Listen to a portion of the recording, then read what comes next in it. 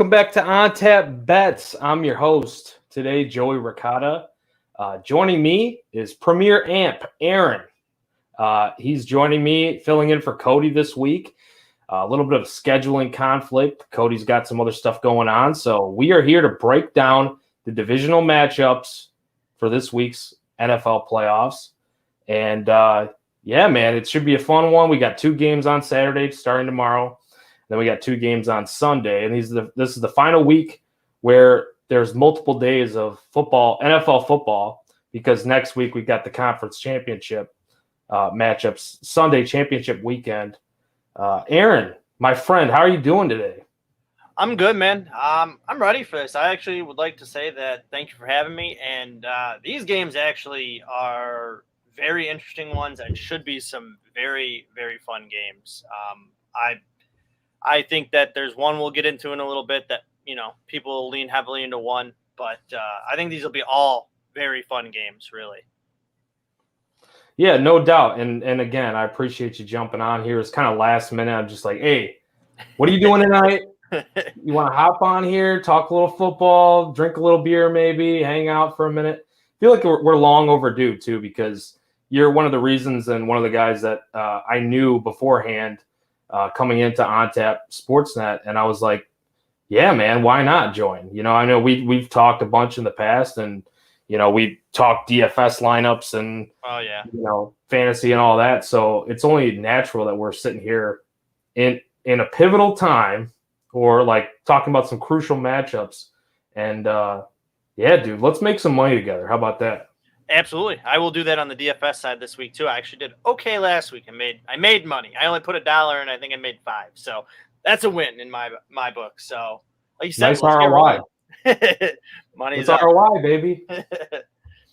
I love it. Yeah, I kind of quieted down this year a little bit with the DFS. I mean, I still had the article every week. Yeah. Sometimes 2, and I'll still have, 1 or 2 articles this week. But as far as like my volume, like I used to make a ton of lineups every week. Yeah. And this year I kind of just, I always stick to a lot of single entry stuff. And I know this is a gambling podcast, not a DFS one, but it's all relative. It's all throwing your money out there and trying to win money. But with the single entry stuff, I played like 5 lineups a week this year, and then stuck with the cash games because those are always been pretty good to me. And I can't say I regret it because I've had a decent year overall, man. And what I will piggyback off of that is I kind of did it similar to where I dialed back throwing out a lot of lineups. I made maybe 2. I would do 2 like lineups, and I always stay under a certain threshold of money. So that way I had a little more of a rough year, I won't lie. But what I would do is then I used DFS to build the bankroll to go over to the betting side to have a little more fun and try some more exotic things with, the same game parlays. I like doing a lot. I did a lot of it with the Bears this year. I don't think I really ever hit on any of them because I always did the stupid thing and bet them to win. So we know how that ended up, Joey. But with with this playoffs, I'm more confident in that now that I've built some more bankroll throughout the year, that I can go and have a little more fun with some of these games. And I know, obviously, Saturday we kick off with the Bengals and the Titans in an interesting game. So what do we got with that one? Yeah, man, this should be a fun one, and maybe we could put to the test the same game parlay here for this one. And I think, I don't know if we're going to put one together here on the show, but I think afterwards we could probably dial one up together, and maybe the stars align, or maybe some of our thoughts are kind of on the same or we're on the same wavelength here. But yeah, we got the Bengals visiting the Titans. Titans laying 3.5. The over under from what I saw just now was 47.5. So, and that's probably moving a little bit, but I believe it's 47.5 all across the board. And yeah, man, Derrick Henry, he's returning. King Henry. We know how dominant this guy is. I mean, truth is, I think he's the scariest guy in the league with the football in his hands. He's hard to bring down. You don't want to be a guy in his path. Jonathan Taylor had a terrific year this year, but I think if Henry's healthy all season. He's the league's leading rusher because this dude, I mean, the man was on pace to get another 2,000-yard rushing season or close to a 2,000-yard rushing season. That's never been done before. Never been done in the history of the NFL where we've had back-to-back, somebody get back-to-back 2,000-yard rushing seasons. We had two different players do it. Barry Sanders in 97 and then Terrell Davis in 98. They both had 2,000-plus rushing yards, but never the same player. And he was realistically, I mean, who's to say that he wouldn't have done that if he stayed healthy? Well, I mean, real quick, you look at it, like you said, in a hypothetical stance. I mean, he was on pace. In 8 games, he had 937 rush yards, 10 touchdowns, and 1 whopping fumble. So right on pace for that 2,000 yards, 20 touchdowns, which would be absurd. But look at Foreman, who took over for him with 566 yards. So, and Hilliard, even with 350 in those games, all those times that he missed, you take those yards, he would have absolutely probably smashed it. He was racking up 200-yard games with ease near the end of right before his injury. And with him back, this makes this game pretty interesting because look at what the Titans did right before it. The Titans were rolling without him, which is weird to say. And now you're in a pivotal matchup, win or go home, against a Bengals team who is red hot. I mean, they're just absolutely on fire. So, I mean, where do you go with this one? I'll be honest, I'm going to start by saying 47.5 is very interesting to me. I'm very interested. I feel it's a little low. Interesting. Okay. So it might be a little bit low. I'm also thinking like maybe there's some more handoffs here because Henry's back, and maybe the Titans try to slow down the game. And I think that the Titans should be able to get some pressure on Joe Burrow. So that worries me a little bit. So I'm thinking maybe fewer possessions on each side, or just like the clock being run down a little bit more. But when you got somebody like Derrick Henry who can pop one at any given time, and then you do have somebody on the other side like Joe Burrow who can really sling it, and he's been slinging it, I don't know, man. That total really could be low and in danger with just some big explosive plays. So yeah, I could see it. Because you're just looking at even a 28-21 game, and I think that could be it's hard because, like you said, is Henry going to be on a carry limit? Are you going to watch his carry numbers? So if you're watching his carry numbers, this makes this game a little bit more interesting because you look back at last week, Cincinnati can strike at any point. It's kind of scary to say they're so similar on offense right now to Kansas City that it's just one strike to Chase or even T. Higgins or like anyone right now. I mean, even freaking Uzama, the tight end, it's just one hit 40 yards later, and you're like, where did this come from? I mean, it's a tough one, but I'm playing the over on this one because I think Cincinnati can just drop in some points at any point. Tennessee is going to have to change up their game and go back to Henry on this one to manage the game. But it's just going to, like you said, it just depends on what you're putting his carry limits at, or if you even are. Yeah, I mean, that's a great point. That's something that I think definitely needs to be reiterated about the snap count. We don't know if he's going to be on a carry limit or on a snap count. This guy hasn't played since, I don't know how many months it's been, but he played the first 8 games of the year, and we haven't seen him since because of the injury. It's kind of crazy that he's back at this point, but here we are. Almost November then, probably, I would say.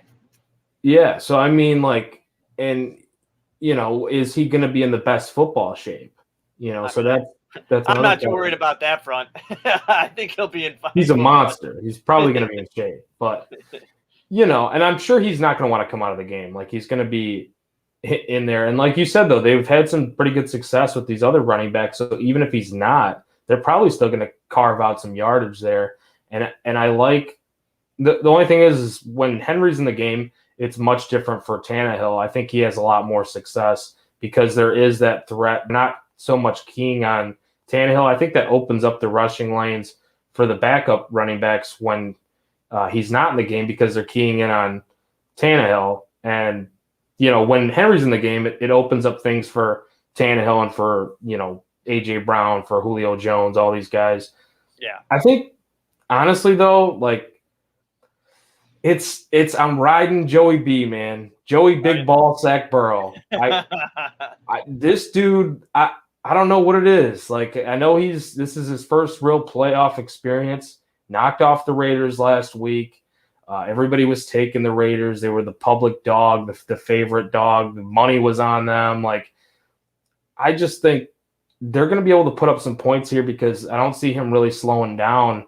I like him to cover, and I think this is going to be one of the dogs of the week, if not the only one. I think I'm going to take him on the money line. I think it's kind of juicy. I don't think Tennessee is that crazy of a better team. I know they're getting healthier on all fronts, like offensively and defensively. They're getting real healthy now.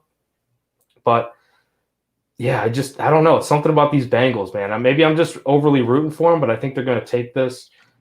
And I don't know. What are your thoughts about that on the side? And Joey, I can't disagree with you. I'm still riding Tennessee, but I would not be in the utmost surprised to see Cincinnati squeak this one out. Like you said, cover that 3.5, win this game. And the reason being is exactly like I said, their offensive firepower. I look back at the draft when they drafted Jamar Chase, and I went, "Are you serious? Do you really need that?" It was like when the Cowboys drafted CJ Lamb, or when they drafted Lamb, and I'm like, you don't need another wide receiver. But when they did it, now you look at this offense and you're like, oh my God, they can fire on all fronts, and you're not worried about one thing. The biggest thing is if they can keep up on the points. If Tennessee tries to handle this game on the ground, but if it gets behind Tennessee and Cincinnati gets up 2 scores, I don't think Tennessee has the firepower to keep up. I mean, Julio's not the same guy he was. I mean, A.J. Brown's good, but that's it. I mean, yeah, Cincinnati's defense isn't all that on the secondary level, but I mean, I just don't think there's enough firepower for Tennessee to keep up. So if they get behind, this game is going to be an uphill battle for them. And like you said, I would not be surprised. I will still ride Tennessee, but I will say I'm not going to be surprised in that front. But I do want to say one thing when it comes to a bet, though, and we were talking about this pre-show here. There is a player that I am interested in for the over-under on receiving yards. All right. And that would actually be, I know you were talking, you don't like Julio, his over-under is at 47.5. But I am going to go with Westbrook from Tennessee. He's at 29.5. If this game ends up being a shootout, he's going to be that third wide receiver, more so probably the second guy in this. And I'm interested in that. I mean, you could pair that with Anthony Fersker.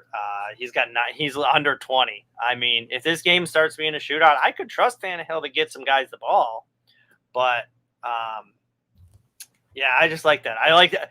I feel safer with those two on the over than I do Julio on either one of them. I mean, 47.5, I think, is quite hefty for him.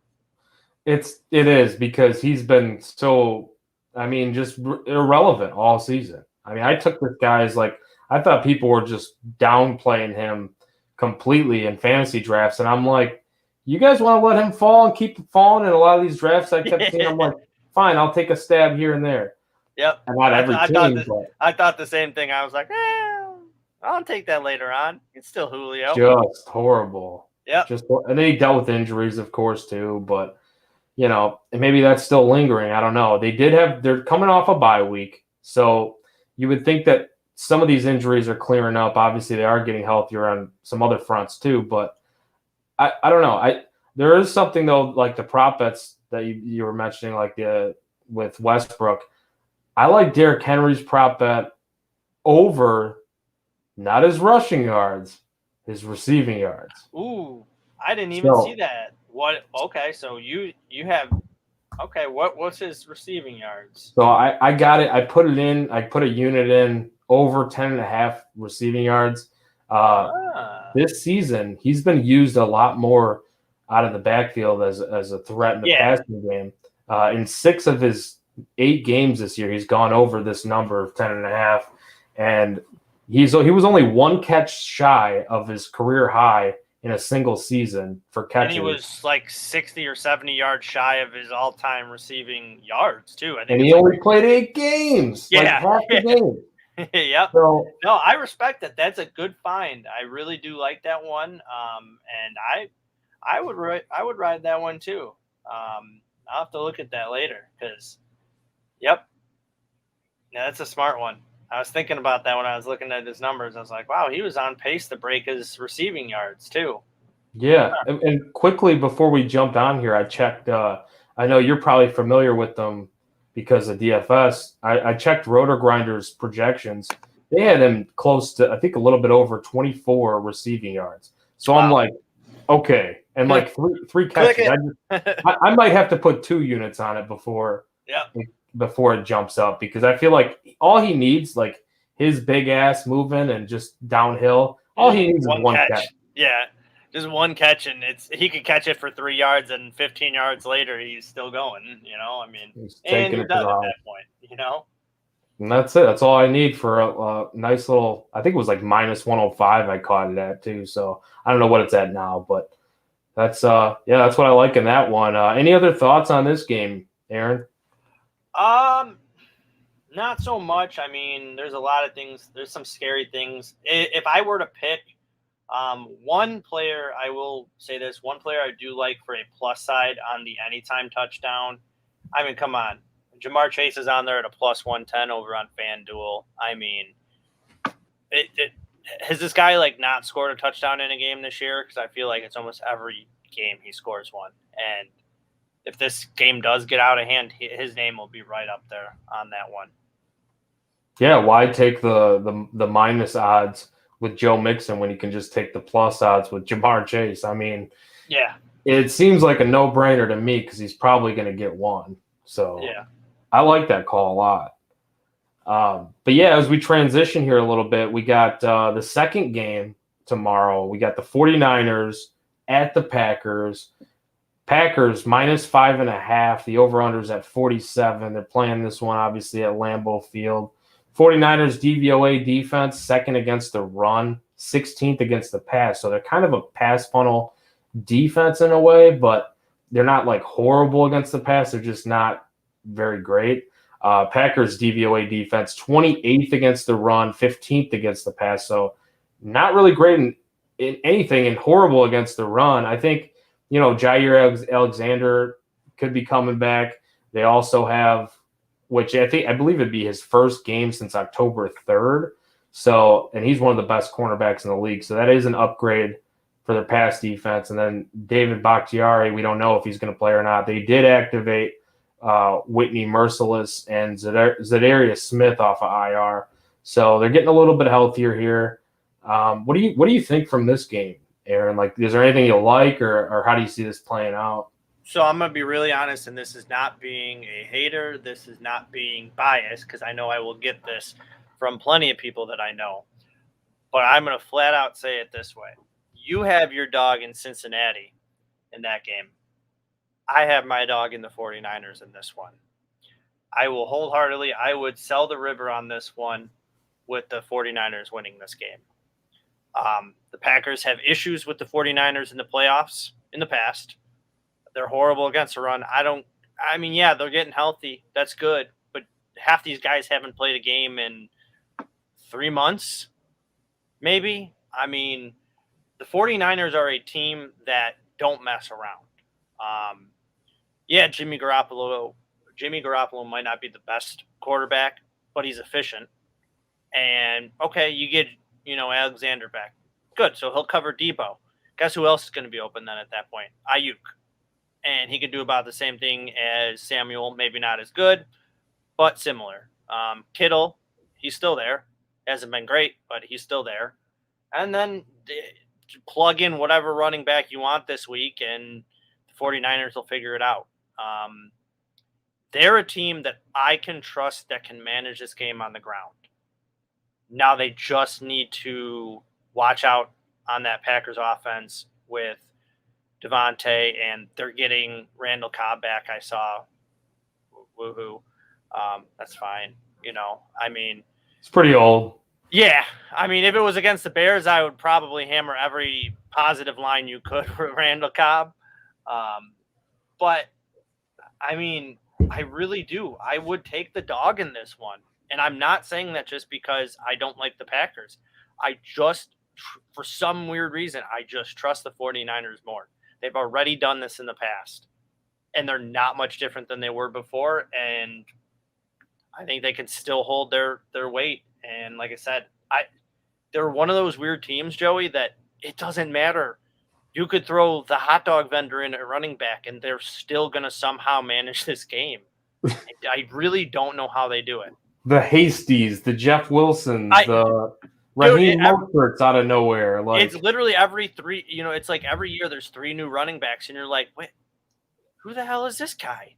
And they all come from the 49ers on the waiver wire. Yeah, and you're just like, okay. I mean, I'll run with it. It works. I mean, like I said, you've got this week. It could be Elijah Mitchell. It just depends. I mean, like I said, I like it. So, I mean, this might be one of those games I do some goofy same game parlays and hope it hits. Maybe it bites me in the butt, but I am confident that this game will be a lot closer than people think. Like, this is actually the biggest spread in a game this weekend at 5.5. And I think that I definitely would take the 49ers to walk away in this one. So now, you're taking, I mean, you're taking the spread, but are you taking them outright too, or just? I would take them outright. Yes. 100%. 100%. Now the over under, I'd still stay on the underside on this one at 47.5 as well, because if they can manage the game very well, we're in Illinois, so we know how cold it is. I did think they said something along the lines this could be registered as one of the coldest games in history.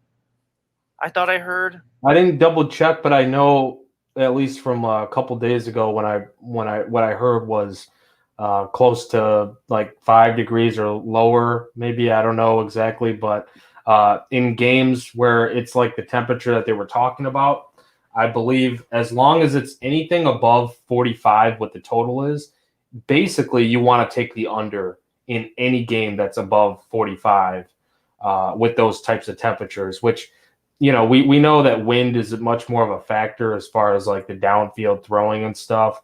There shouldn't be too much wind in this game, but I think it goes to show you that most of the time when it's cold like this, still they want to hammer the rock on the ground more than anything. So yeah, and I mean, I'm looking at it now because what time does this game start? That's a 7:15 game.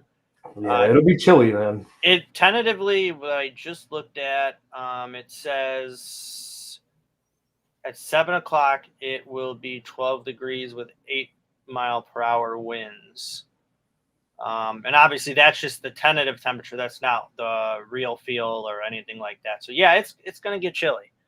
So yeah, they're going to hammer the rock, and that's part of the reason that I like the 49ers more, because if they can control the game, that's going to make it a lot tougher on the Packers to try and run the ball as well, because of the 49ers defense being better against the run. And that's part of my reasons. I always go back on where, like you said, your DVOAs don't lie. They really don't. And it only proceeds better in the playoffs. And one area, too, that the Packers are struggling very mightily in is special teams. So if you can do the wrong thing at the right time for the 49ers, I don't know, you kick the ball off, maybe they're down and Debo's back there or something like that, and they can get a ball. They got our boy kicking field goals, too. So yeah. So, I mean, I like them. I mean, Joey, I'm going to stick with them.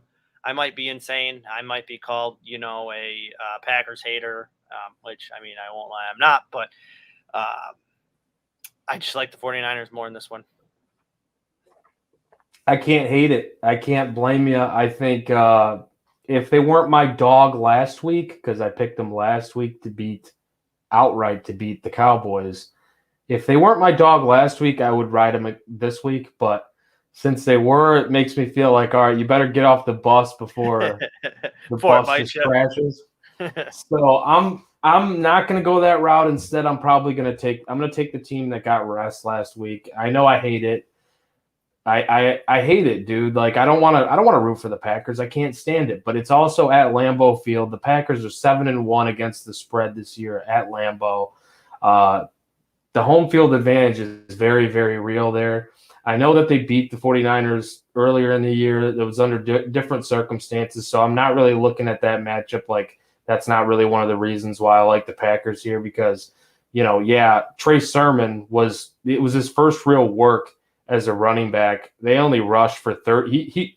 He had 31 rushing yards in that game, and it was like his first real action as a rookie. And we've seen him not really get much work this year. And Elijah Mitchell and Jeff Wilson are basically the more preferred options. And Mitchell will be playing. And then Debo's been used out of the backfield a lot more down the stretch here too. So I think they're going to be able to move the ball a little bit and keep Rodgers off the field. I think it's going to be a good game. But at the end, and Nick Bosa was also a full participant in practice. I think that's notable too because he could be a real difference maker there for the 49ers defense if he's out there. It sounds like he will be. I would love nothing more than to see the 49ers win this game. I don't want the Packers to win, but since I'm putting my money on it, I guess from that point of view, I would want the Packers to win, but I just feel like this is setting up for a potential matchup, which we'll get to, talking about another game here in a minute. But I do think that Rodgers and the Packers, they pull this one out. And Devontae Adams had a huge game against them last time. To your point, though, George Kittle, he had a big game too. 7 catches, 92 yards against them. I like him over 51.5 receiving yards. That's one of my props for this game. So, and I like Rodgers probably. I might look at his touchdowns. I might look at his yardage. I haven't really looked yet at him, but those two for sure. I think I'm gonna try to take advantage of both of those. Do you have any? And I like the under too. I was in agreement with you there about that. I think anything above, like I was saying, anything above like if it's 45.5, I'll take the under still. But it's at 47, so I will stick with the under on this one. Yeah, I think that's a pretty safe bet on the under. I was trying to look at what has been. Where's Debo been with rushing yards per game? Because I was interested in that for some reason. Where is he? Yeah, I wasn't sure exactly. Like his season total is probably a lot different than like recent weeks. So he's during the season, he's had some big games. He's currently sitting actually only at 38.5. In the last 2 games, he's been over that. Actually, out of the whole season, he's had 1, 2, 3, 4 games over 38. And then there's like 2 or 3 more that he was like at 36 and 33 and 32. I'm interested. I'm scared though of the Elijah Mitchell over under 80 yards. That's a lot. I would almost go under on that for some reason. I think it's going to be a mix of both. I'm too scared to take an under on any rushing yards for any 49ers player because last week I talked Cody out of taking Debo's over. I feel like an idiot because I liked his receiving yards last week and Cody liked the rushing yards and we were trying to put together our lock 'em parlay to tweet out. And I was like, yeah, projections are showing Debo for whatever, and they were way under. But his receiving yards, and I think this is a spot where he could get some receiving yards. So guess what happened? Receiving yards went under, rushing yards went over. Actually, you know what? I'm actually gonna backtrack here, and Elijah Mitchell in the last 3 games alone has had 96, 85, and 119. So if this is against the Packers, yeah, maybe I do hammer that 80. That seems a little low. For the receiving? And for the rushing. For Elijah 80. Mitchell. Oh, Elijah. I'm sorry. Yeah, Elijah. Yeah. Yeah. I was still thinking about Debo for some reason. I mean, Yeah, no. Honestly, I don't mind taking the over on Elijah Mitchell. I think he will be able to run on this team, and I think they're going to use him more so than they are Debo out of the backfield if he's playing in this game. So I like that actually. yeah, I think I'm gonna backtrack on what I said, and I will stick with that because I do like that a little bit more. I'd still maybe I don't know I think on receiving yards for Debo it was 54. It's interesting. We'll see. I'm gonna have to look at this one because, like I said, this will probably be like my.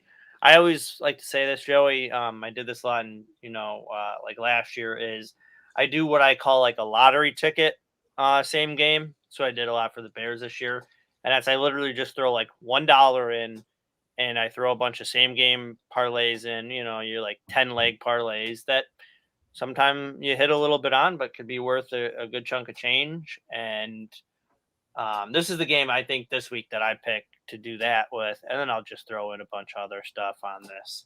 But like I said, it's like the equivalent of like in DFS terms, the Millie Maker. Yeah, because it's $1. I mean, I'll make it back somewhere. I'm not overly worried. You don't have to put your $25 for like the Millie Maker, so why not?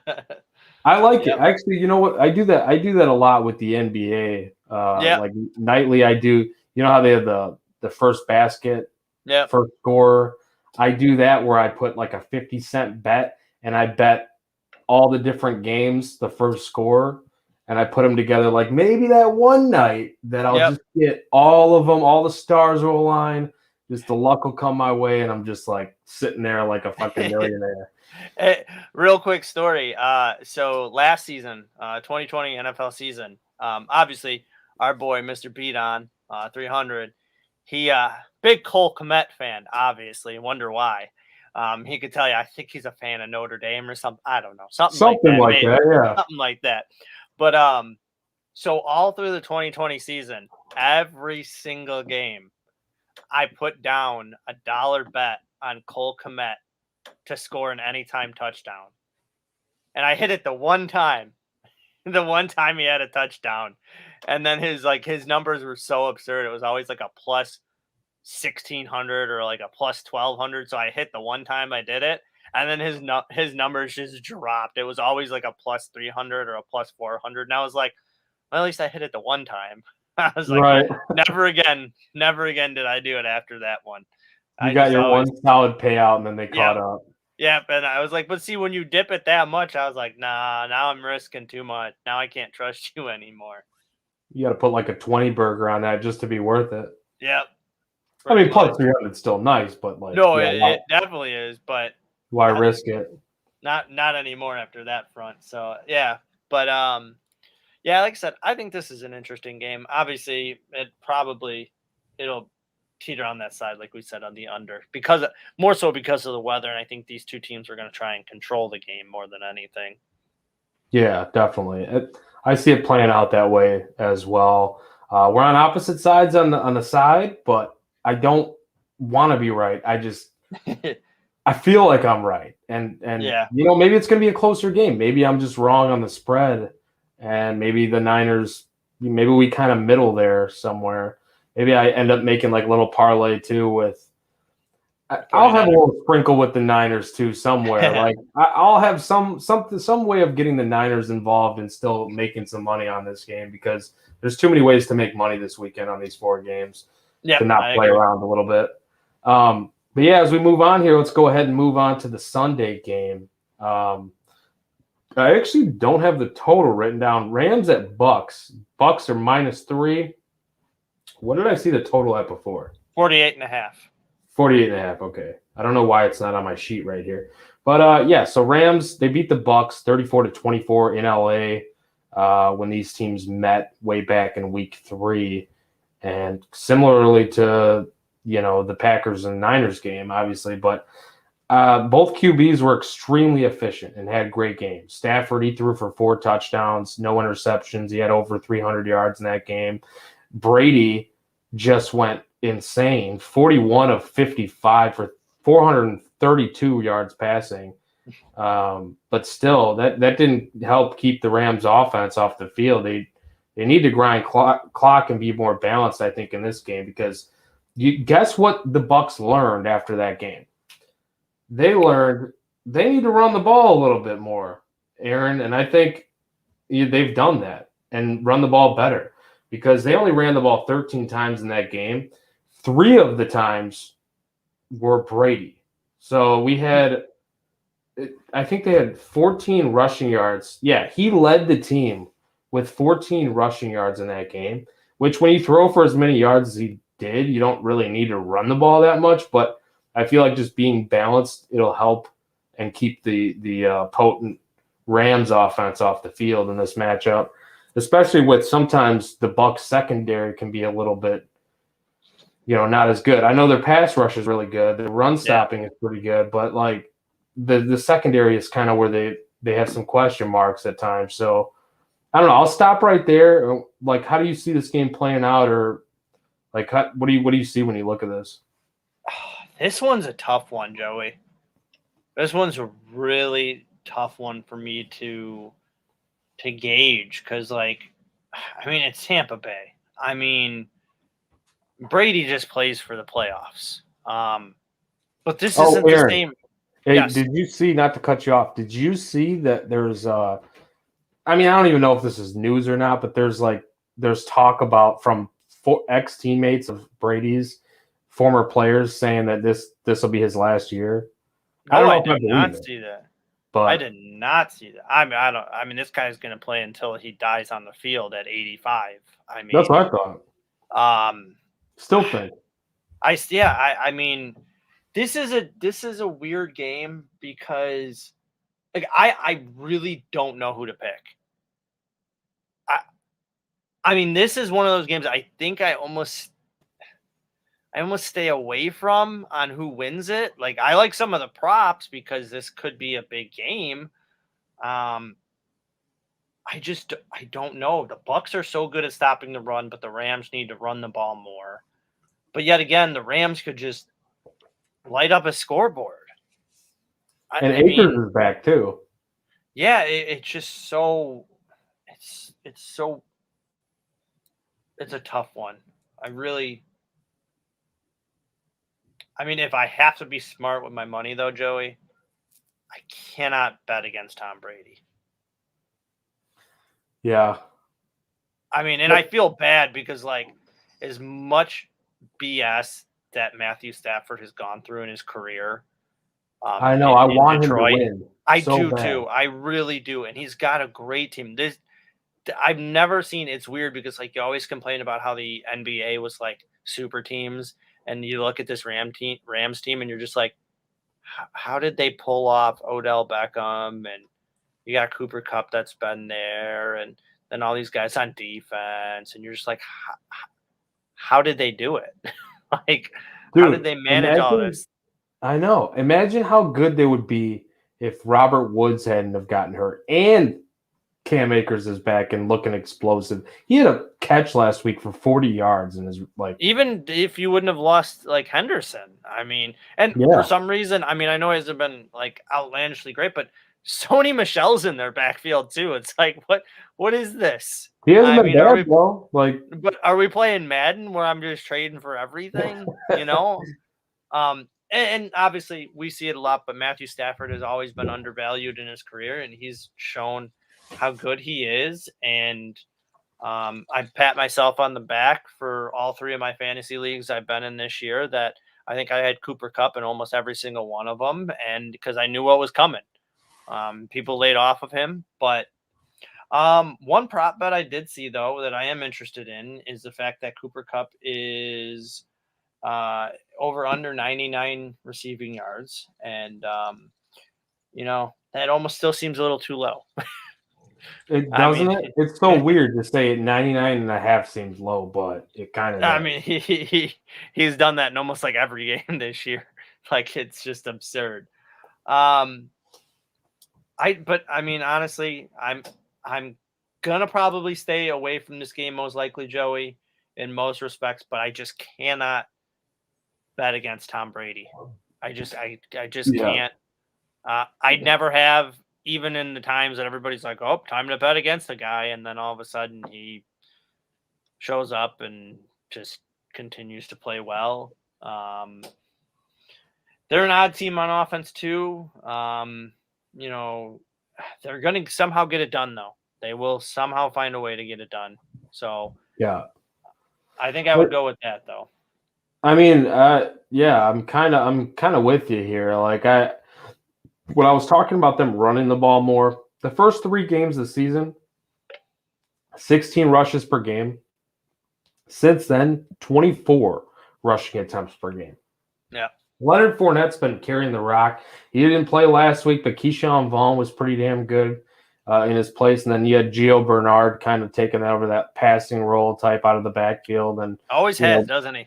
Yeah, always with the Bengals. He always was like that. Just stealing reps from Joe Mixon, though, for no reason, because Mixon's very capable. That was so funny over the years. Oh, my God. That was so annoying. It's so annoying because I'm sure because you're a smart fantasy dude, you probably had Mixon on at least 1 or 2 teams. And oh, yeah. And you're just like, Gio, can you go away? Just please go away. Like, why are you here? Like, you're great, but, like, please go away because Mixon is just that guy. And then it's always funny, too, because as soon as Mixon would go down with an injury, then everybody's all hyped up like, oh, Gio time. It's Gio week. You got him at 4.2K. And then he does fucking jack shit, and everybody's like, and then it's like everyone's like, screw him. He's up to 6K. I don't want him. And then that's the week he blows up. You're like, you know what? I don't get this. I give up on the Bengals backfield, basically, is what everybody was saying. But yeah. But, so the one thing I would say though, Joey, not to interrupt you, but I would probably take the over on this game. 48.5. I think I would go on the over if I'm betting anything. I feel comfortable about that because this is not a game where these teams are going to leverage on the ground a lot. And I could seriously see this game being a, 24-31 finish, and that's going to get you over, even a 28-21. But I think this will be a game that does finish close to that spread of 3. I like that call actually on the over. I just can't pick a straight out winner. It's a very tough one, man. Like I think, and I'm looking at this too. Like the offenses are so potent, but then you look at too, and that's why it's tough even for the over under. I mean, I don't mind the call because I think you're probably on the right path because they're going to be in. They're playing in Tampa, but the Rams are a top 5 defense, basically both against pass, 6th in DVOA against the pass, but 5th against the run. I mean, you saw it against other good teams, the Bills, the Pats, the Colts, Dolphins, and even the Bears defensively to run as well as they did against them. That's a solid job by the Bucs. And you can never betting against Tom Brady in the playoffs has proven to be just stupid, just the dumbest thing that anybody could do. If you, because a lot of guys like the sharp bettors, the people that do this for a living, I'm not saying it's me, I'm not saying whatever, but like people that do, they've been betting on Tom Brady in the playoffs for a very long time and making a lot of money off of it. And I mean, it's not going to be easy to run against this team too with like Leonard Fournette or whatever, but they're going to do more than 10 handoffs, and that's going to open up the play action, I think, for Brady. I think it's going to open up quite a few things. Even Mike Evans had a good game last time. I don't know. Everybody's making a big deal. Like, I feel like a lot of people are on the Rams right now because of Tristan Wirfs on the offensive line and Ryan Jensen being questionable.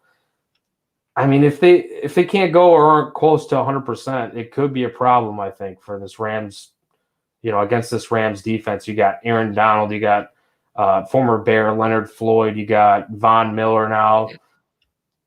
I think, he's going to be able to move the ball, though, like in the quick game. Like Gio Bernard maybe with, maybe Gronk over the middle.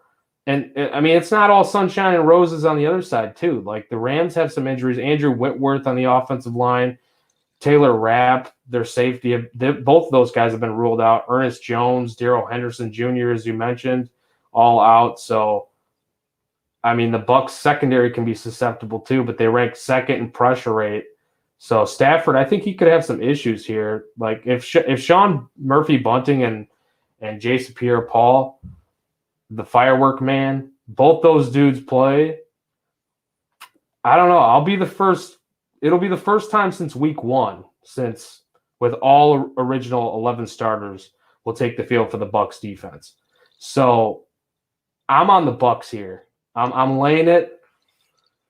It's like a plug your nose type, hold your breath type of play because I don't feel great about it. I feel like the Rams really have a shot here to win this game, but I'm going NFC favorites. We're going Packers against the spread, and we're going Bucs against the spread. Okay. Yeah, no, and that's like I said, it's fair. It's hard to, like you said, it's hard to bet against Tom Brady, and that's why I'm not. But this is one of the hardest. This is the hardest game to pick on the slate, and I could honestly see it going either way. But if I'm picking, something to do some bets, like I said, you can pick a lot of these props that I think would hit. There's a lot of good ones out there. There's some that I would stay away from.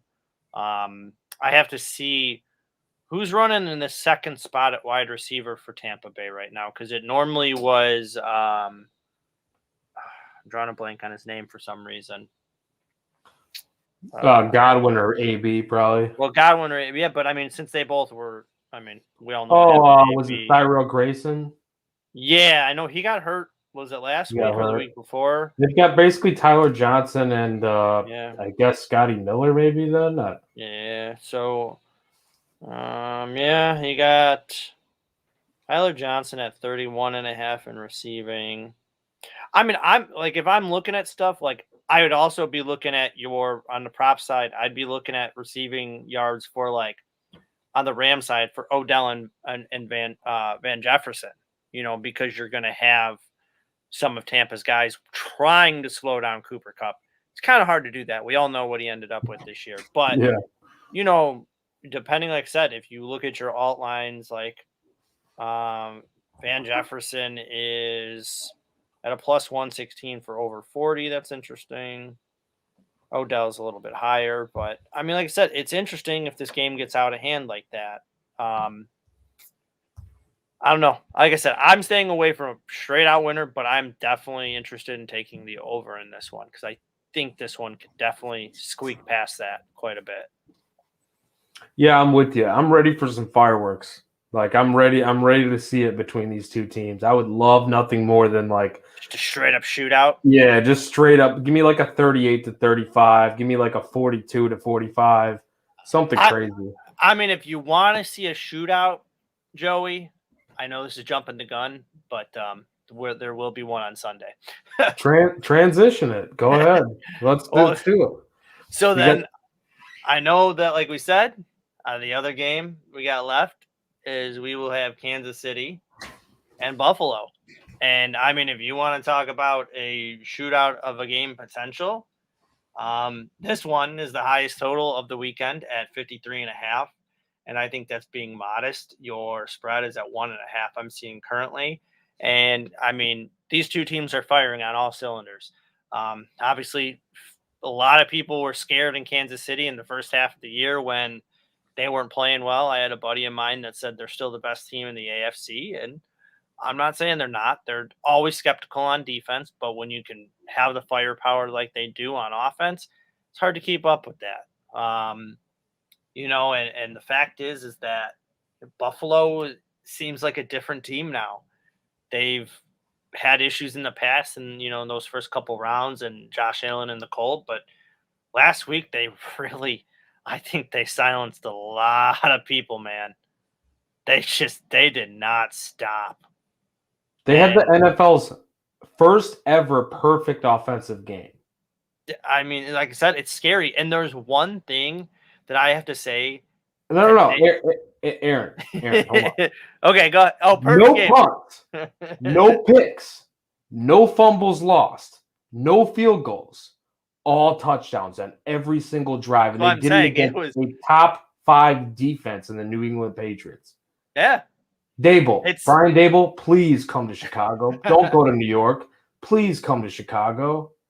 And this is why I'm saying this is a different Buffalo team than they have had in the past, because there's one thing that I've noticed that it's kind of it flew under the radar really well for the first couple weeks it happened, and now it's really starting to peak its head up, that I think will lead them in a good way, that they have not had in years past, that's totally different for them. That's a running game. Yeah. They've been using it a lot more recently. Yes. Singletary's been very effective these last several weeks. That the offense is clicking, and it's not just, the Stephon Diggs show. It's spread the ball around. It's all these different things that have been great. So I really think that if there is a team that can make a mark and try to do something, Buffalo, I think this is the time they can, kind of like we always say with the Bears and the Packers, this is the time for Buffalo to step over that big brother and take that next step. I'm going to say something here that I probably could regret, Joey. But if Buffalo wins this game, you will see them in the Super Bowl. I don't disagree with that at all. I agree with you. Because it's getting over that hump that really gets you there. And I think that could be the mark. And then we could end the season off perfectly with now I won't go there. We'll talk about that one later. Mitch Trubisky holding up a Super Bowl trophy. But let's go. Let's go, Mitch. But no, really, I mean, this is going to be a fun game, and I'm glad this is the last game on the slate, because it is going to be it's going to be the most fun. I mean, can we get like two perfect offenses? But I don't think so, because that's the difference in this team in Buffalo, is they have a defense that can try to slow things down and try to manage the game. Yes, that's very hard to do in a guy that can sling the ball all over the field, but could the early 2021 Patrick Mahomes rear his ugly head again and throw picks left and right? We don't know. We'll find out. Against the number one pass defense in DVOA, it's very possible. And it's the playoffs. Playoffs are a different monster, and that's where things like DVOA really come in handy in fantasy and all these things, because it's a fact. This isn't just some number you're pulling out of a hat that, PFF is putting out there. No, this is real metrics that you really, this is real numbers that run down the board. And I do really like Buffalo in this game. I'm going to have to use tomorrow to really break down this one on how I would bet this. I could be risky and take Buffalo in this one. It's going to be tough to say that. I mean, the spread's nice, though. I mean, I would take Buffalo in the spread easy all day. I mean, it's plus 1.5 right now. So you plus might 1.5. That's just free money at that point. So you think it's going to be like a 1 point game? I mean, it's going to be. I mean, this game's either. I mean, I think Buffalo keeps it. I think Buffalo can win this game, and obviously they're going to win it by more than a 1.5. Oh yeah, you might as well just take the money line. That's what I'm saying. Yeah, I mean, it's like I said. I mean, I do like Buffalo in this game. I do think it's tough because it's 53.5. So this game's going to have to be a 31-28 type game. Could you see over 53 though? Yeah, I like the over. You do like it? You do like the over. Okay. I like it, yeah. I like it a lot. I think this game's going to be a shootout. I think it's going to be, I know it's not going to be the best of conditions. I'm not sure what the temperatures are, but I don't think the wind's going to be much of a factor in this game. And it doesn't really matter when you have these two type of gunslingers with the arm strength they have. So I think we are going to see some slinging it around. I mean, you kind of you hit the nail on the head. Like the defensive discrepancies here. KC's 23rd against the pass and 20th against the run. And the way that Buffalo's been running the ball more lately, and we know that they can throw the ball. I mean, they just literally had a perfect offensive game. The Chiefs' defense has improved. Like, don't get me wrong. This season, they've improved. I mean, they had a 6-game stretch in the middle of the year where they allowed less than 11 points per game. But then you look at their last 5 games, and you start to wonder, like, where did it fall off here? Because they've allowed 23.4 points per game, and 2 of those games were against the Steelers.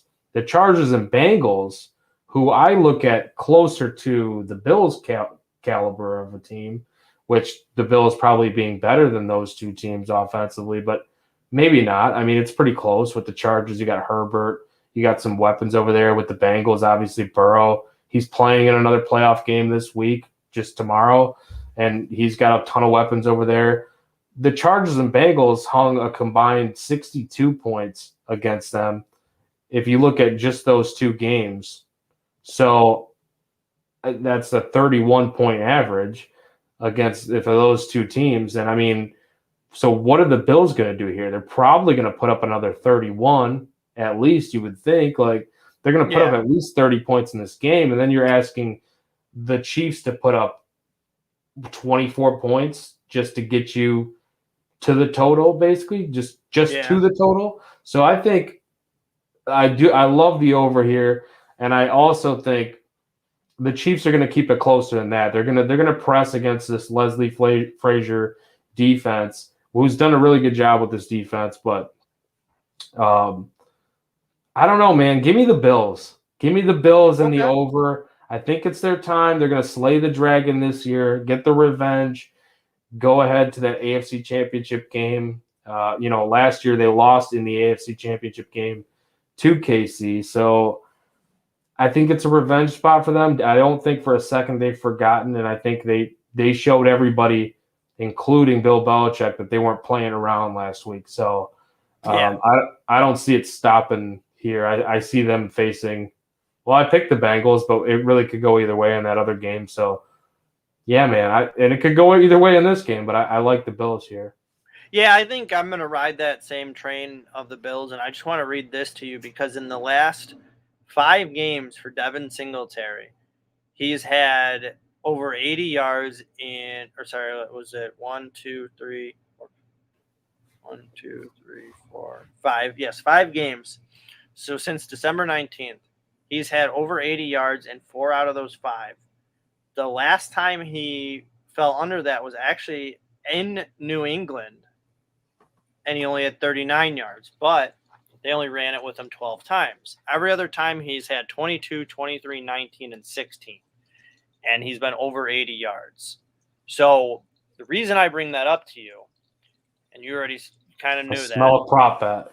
Yes, because as of right now, he is sitting at 60.5 as an over-under. You can go look at his alt rushing yards. He's in the positive in the 70s. I mean, look at what he's already done the last 4 out of 5 games. I mean, you could click the plus 80 yards, and he's at a plus 200. I mean, you toss that on with something else, that's looking pretty good at that point. And I mean, Buffalo's not going to sit here and try to – I don't think they're going to be stupid enough to try and match pound for pound throwing the ball all over the field. But they've, like you said, they nailed it on the head last week with the perfect game. For some reason, Buffalo this year, Joey, has locked everything in because in the years past, that's what they've strayed away from was running the ball. And it's helping them. So, I mean, if you can get another 80 yards out of Singletary this week, I mean, that's just a good time. I mean, I'm going to probably sit here right now. I'll throw it out there and say that if I throw in a same game, I'm going to match up the Buffalo winner because they were a plus 130, I think it was. Is that what it was right now? Got to be close to it. Yeah, I think it was like a 110. You match a 110 in there with that 200 and find some other stuff. You know, I mean, I'm sure that you could go over and look at receiving props. I'm sure Kelsey and, Hill are in there with some nice numbers that you can use some alt yards on. And I mean, like I said, I think there's some easy money to be made in this game, especially with a lot of the overs. Or like I said, I like the alt yards on receiving and rushing. I like I said, I like this game. I will stick with you, Joey, and I will say Buffalo in this one, and I will go with the over. So if you're going over, you might as well go with the spread too. We're riding. Pair them all together. Pair it all up. Yeah. No, I like it though. This one, I think this will be a fun game though. Let's go. We got our first. That'll be we're gonna have to toss together some ideas. We'll have to message each other and put together an actual same game parlay that we like. But yeah, man. Any other thoughts on this game in particular? I actually like that Singletary call, by the way. Thank you. I always like to go and look, at touchdown scores too. I like the anytimes. It's tough because, they have Clyde Edwards-Helaire coming back this week. Mm-hmm. Man, there's some interesting ones here. Are we sure that he's better than Darrell Williams? Because I'm not even. I don't even think he's as good as Jerick McKinnon. And that was a name I was about to bring up because, they're just dumping it off to McKinnon and he's just doing circles around people. And one thing I was going to bring up here is you got McKinnon at a plus 140 for an anytime, and even a Dawson Knox at a plus 180, who was fantastic last week for them.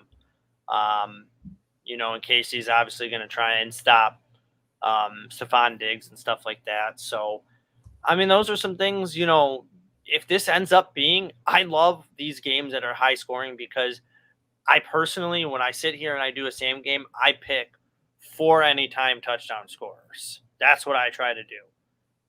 And that's how I start. I pick who I think is going to win, and I pick 4. I try to pick like 2 from each team because that makes it a little bit easier. And then you roll with that. Like I said, I could go with like a Dawson Knox, Singletary, and then on the flip side, you could do, I would do a McKinnon and probably an easy one of like a Tyreek Hill or like a Kelsey. It's the lower minus, it's higher up on there, but they're the safe bet, But there will be points, so you might as well just have it if you're making the same game. You might as well pair some of these anytime's up, Yep, and that's why, like I said, that's where I start. That's how I start my stuff, and then I go from there, and figure the rest who's out. real interesting too? Cole Beasley is plus 340. What did he do last week? I don't know if he did much last week. I didn't even look at his past week numbers, but I know he has a role in this offense. He does. Only targeted 1 time last week for 19 yards. Which would make sense why his prop is so low. He hasn't scored a touchdown, a receiving touchdown since week 6. Yep, and that's actually the only one he has, right? That's the only one he has. But if we're getting off the wall, and we've seen crazier things happen, especially in like these, playoff scenarios or these playoff games, it always feels like you're going to get one dude that's like. I wasn't expecting him to score a touchdown. I was expecting him to get like 3 catches for 50 yards or 30 yards, but not a touchdown. Like, I don't know, man. I could see it. I feel like he's kind of due. He's due, number one, but he also feels like that Julian Edelman type of like playoff slot receiver for the Bills. Yeah, I can see that. So I have one last question to ask you before we sign out of here, but I'm looking at some passing yards. We have Mahomes over under 281 and Josh Allen over 280 and a half. What do you think on those?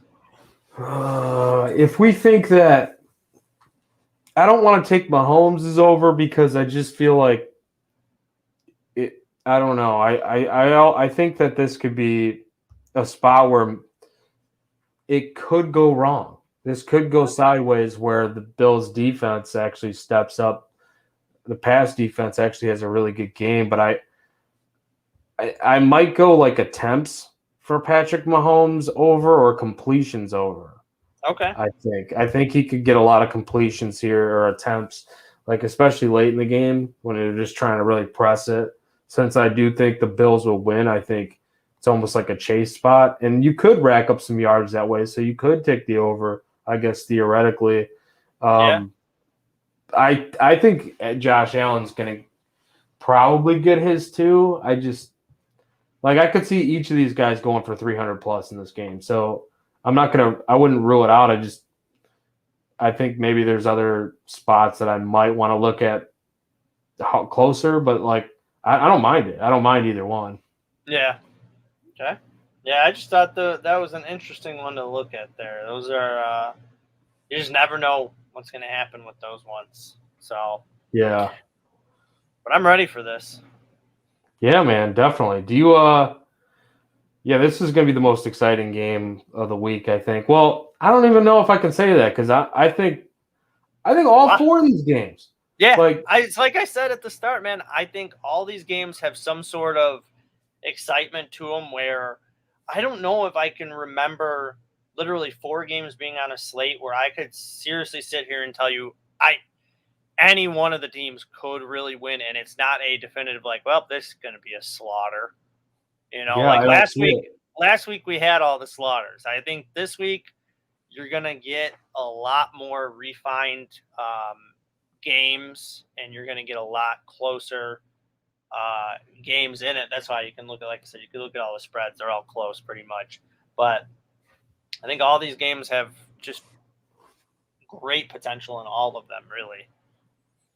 Yeah, I'm looking forward to it. I mean, I had some people asking me if I wanted to go out to eat tomorrow. I probably will still end up doing that, but I got to make sure there's a TV nearby because I'm not missing these games. There's no way. I'm sorry. I got to talk to my girlfriend for an extra 20 minutes and tell her what's going on, but I'm not missing these games. So with that said, Amp, Aaron, you are Premier Amp. And people can follow you on Twitter at Premier Amp.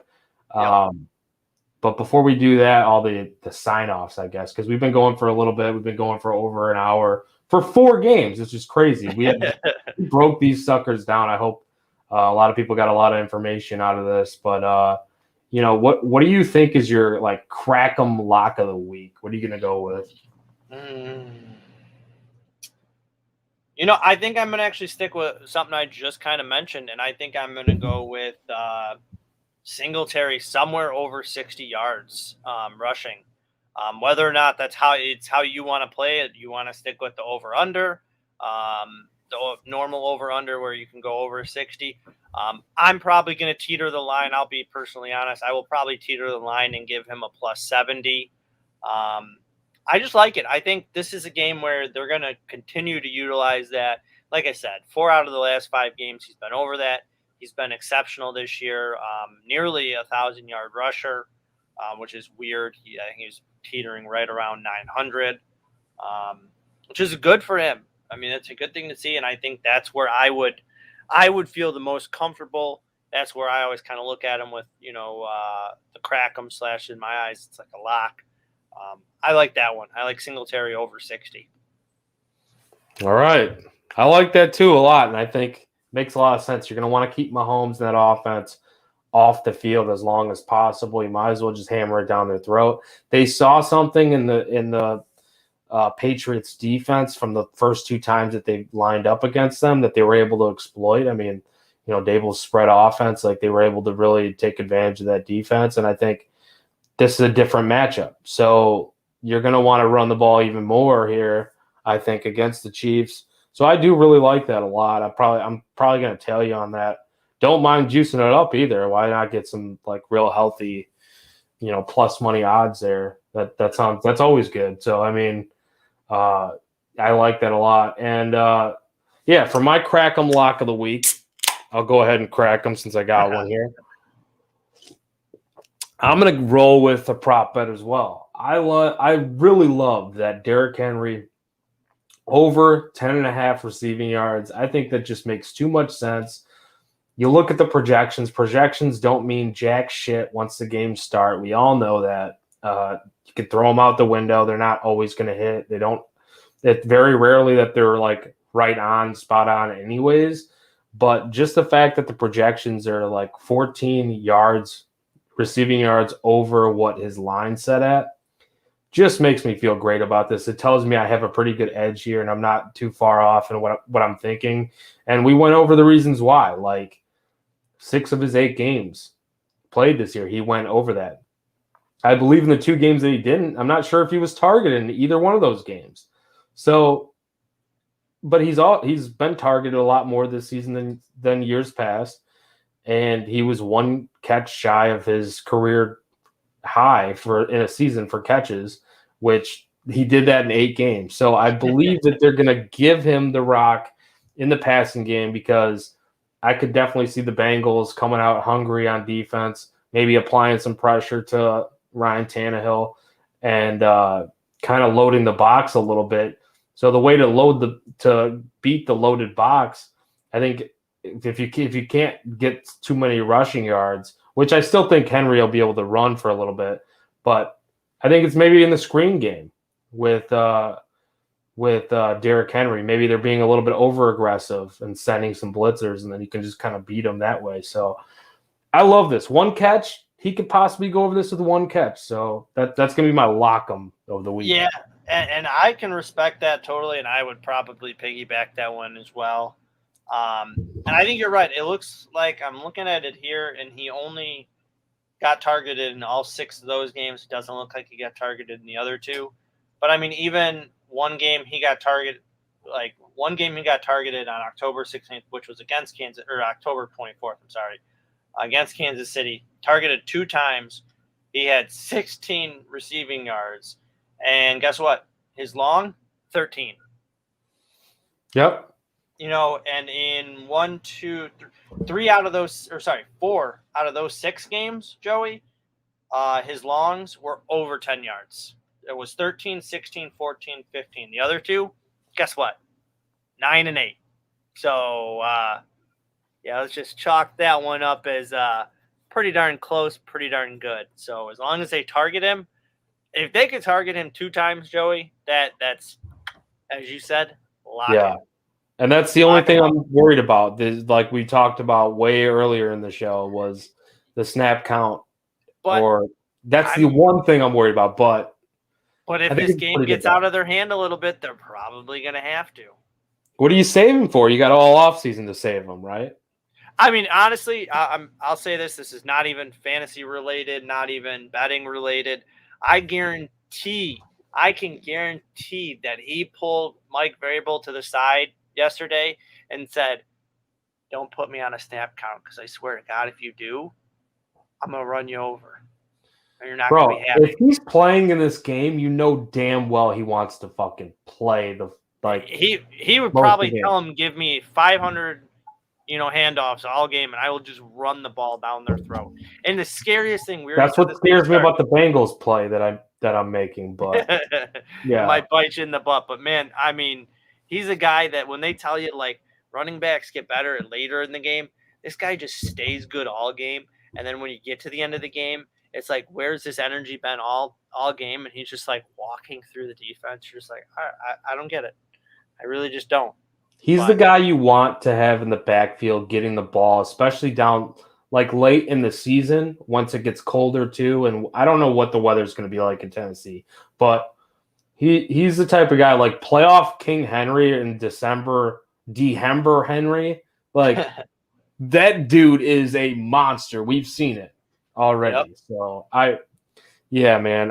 I'm feeling better and better about this receiving yards bet. I might actually put another unit on it. Fuck it. It might become a 2-unit play for me. Usually I try to stay pretty consistent with just like 1 across the board with my like solo bets and not my like same game parlays and stuff like that, where I go a little bit less than my unit size. But I might put another unit on this. I don't know. I'm feeling you got me. You talked me into another unit, I think. Sorry. No, man. If it hits, I'm gonna be like, yeah, thank you. So yeah, that's this divisional. We went over every game, 4 games. Took quite a while doing it, but I mean, I feel like we went over a lot and provided the people hopefully with some good winners out there. Hopefully everybody can cash those tickets. Best of luck. Follow the show on Twitter at OnTapBets. Follow me at The Riot 326. Follow Aaron at Premier Amp. And then, is there anything else I missed? Is there anything you wanted to shout out? I know you're doing a bunch of wrestling work and follow the the website on Twitter at OnTapSportsNet. But yeah, Aaron, anything else you wanted to mention before you kind of sign out here?